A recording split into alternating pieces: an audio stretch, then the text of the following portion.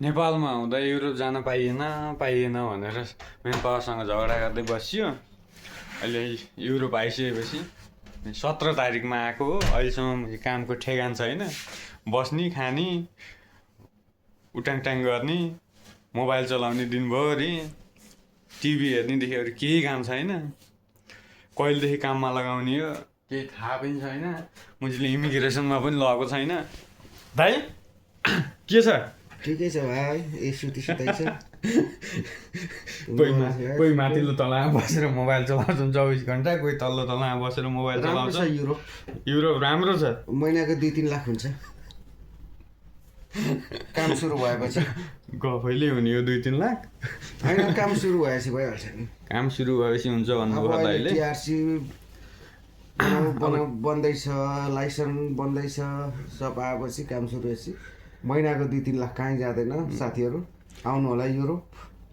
यदि तपाईँहरू आउनु मन लागेको छ भने चाहिँ युरोप आउनु मन लागेको छ भनेपछि तपाईँहरू आउटडोरमा नआउनु होला। जे जसरी भए पनि इन्डोरमा आउनु होला। बरु आउँदै नआउनु होला। इन्डोरको काम चाहिँ सजिलो छ। आउँदा बित्तिकै तलब दिन्छ। आउटडोरको कामका लागि लाइसेन्स बनाउनु पर्यो सुरुमा। त्यसपछि अनि टिआरसी अनिवार्य चाहियो, किनभने बाहिर हिँड्नुपर्ने हुन्छ, पुलिसले ल्याङ गर्छ। त्यो भएर इन्डोरमा चाहिँ सजिलो हुन्छ। आएको 1-2 दिनमा काममा लगाउँछ। आउटडोरमा चाहिँ अब सबै कुरा प्रोसेसिङमा जाँदाखेरि अलिकति समय बढी लाग्छ। त्यो भएर अब हामी चाहिँ 17 तारिकमा हिँडेको वहाँबाट 18-19 तारिकमा यहाँ आइपुगेको थियौँ। आइपुगेको अहिलेसम्म टिआरसीको लागि अब 1-2 दिनमा लैजान्छु भन्ने कुरा गरेको छ। के गर्छ त्यो चाहिँ थाहा छैन। अब लैजान्छु चाहिँ भनेको छ। सायद भोलि पर्सिदेखि अघिल्लो ग्रुप चाहिँ काममा जाँदैछ।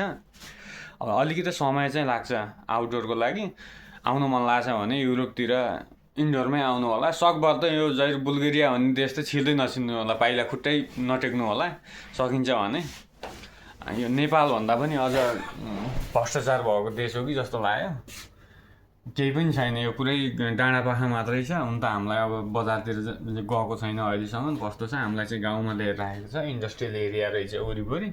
काम चाहिँ जति भने पनि पाइन्छ। तर अब दुःख गर्नु पर्यो। अनि यो बाइक राइडरमा चाहिँ प्राय मान्छेहरू बुल्गेरियामा कमाइ चाहिँ रहन्छ। खासै बाइक राइडरमा चाहिँ नआउनु होला। आउनु मन लाग्छ भने चाहिँ इन्डोरमै आउनु होला। इन्डोरमा वेयर हाउसहरूमा, फ्याक्ट्रीहरूमा बरु योभन्दा त कन्स्ट्रक्सन वर्करमै अलिकति राम्रो पैसा कमाइछ ल है त। अब खाना पकाउने बेला भएको छ। खाना पकाउन जाने तयारीमा हो।